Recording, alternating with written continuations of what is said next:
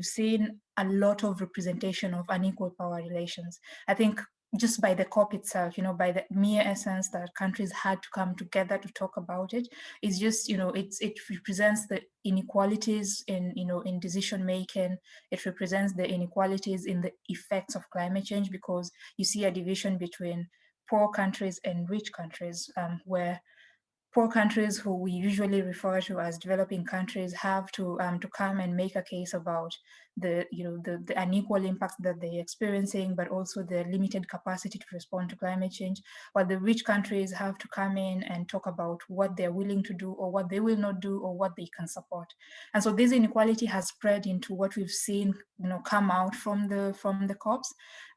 But also there's the inequalities that occur in, at the platform itself, at the COP, at the COP meetings, but also in the run up to the COP. So in the run up to the COP, talking about the many platforms where, where contributions are made just before the COP, we see different types of representations in relation to who gets invited to make contributions to this. There's a likelihood that women are less likely to be invited to contribute to these decisions. There's a likelihood that indigenous populations are also least likely to be invited. And so you see these inequalities filtering starting from the local level, where, let's say, a local government is asked to contribute towards a policy on climate change for a country X. Let's say, let's just give it a country such as Cambodia. So if a local government invites a specific group of people and excludes others, you start seeing these unequal power relations play out.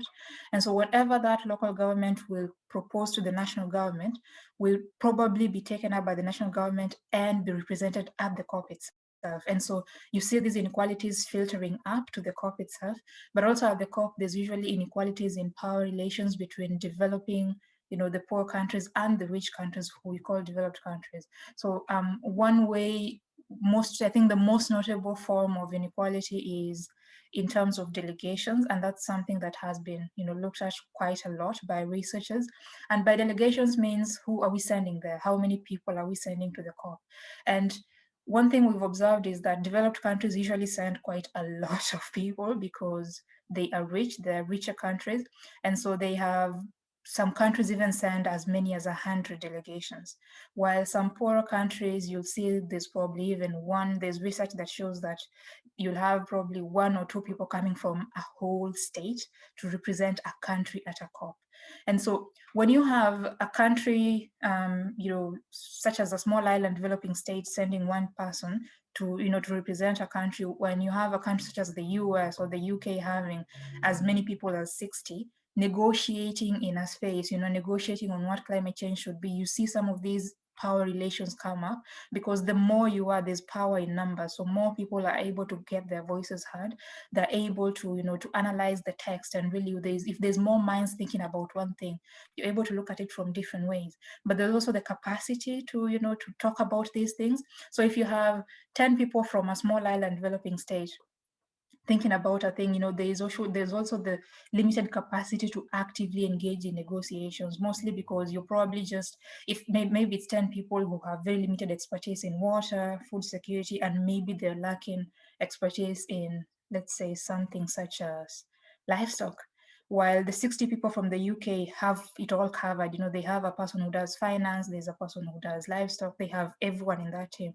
And so there's always the technical capacity, there's the negotiation capacity, but also there's the representation itself. There's more, there's a bigger delegation than the other. And so you see some of these inequalities filter up, where if there's one group that has more power over the other, they are able to, to get their way at the COP. So negotiations are more likely to represent their opinions, or they are more likely to, to get people to adopt their agendas.